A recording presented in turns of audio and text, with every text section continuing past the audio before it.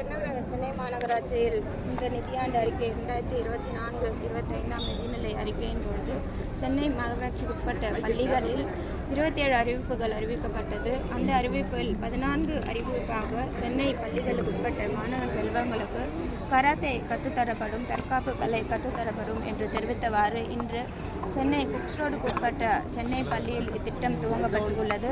இத்திட்டத்தில் மதிப்புக்குரிய பெருநகர சென்னை மாநகராட்சியின் துணை மேயர் அண்ணன் அவர்களும், மதிப்புக்குரிய திருவிக நகர் சட்டமன்ற உறுப்பினர் அண்ணன் அவர்களும், மதிப்புக்குரிய ஜேசி எஜுகேஷன் மேடம் அவர்களும், மாமன்ற உறுப்பினர்களும், மண்டல குழு தலைவர்களும் அனைவரும் கலந்து கொண்டு இத்திட்டத்தை இங்கு துவங்கி வைத்துள்ளோம்.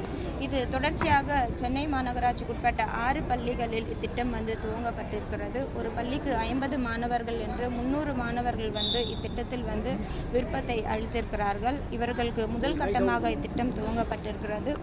இது தொடர்ந்து சென்னை குக்ஸ் ரோடு உள்ள பள்ளிகளில் மணிகண்டன் தெரு பள்ளி, புத்தா ஸ்ட்ரீட் பள்ளி, சைதாப்பேட் வேலுச்சேரி பள்ளி மற்றும் கல்லடையன்பேட் பள்ளியில் உட்பட்ட 6 பள்ளிகள் இத்திட்டம் துவங்கப்பட்டிருக்கு. தொடர்ந்து இத்திட்டம் சென்னை முழுவதுமாக விரிவாக்கப்படும் என்று தெரிவித்துக் கொள்கிறேன்.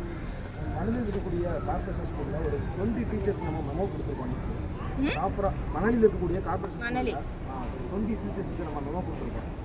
ப்ராப்பராக கிளாஸுக்கு வரதில்லை, ஸ்டூடெண்ட்ஸுக்கு வீட்டு பாடலாம் கொடுக்குறது மேலே ஒரு மெமோ கொடுத்துருக்கோம். என்ன நடவடிக்கை இணையானதுக்கு எதிராக போராட்டம் பண்ணலான்னு ஒரு குற்றச்சாட்டு இருக்கிறாங்க.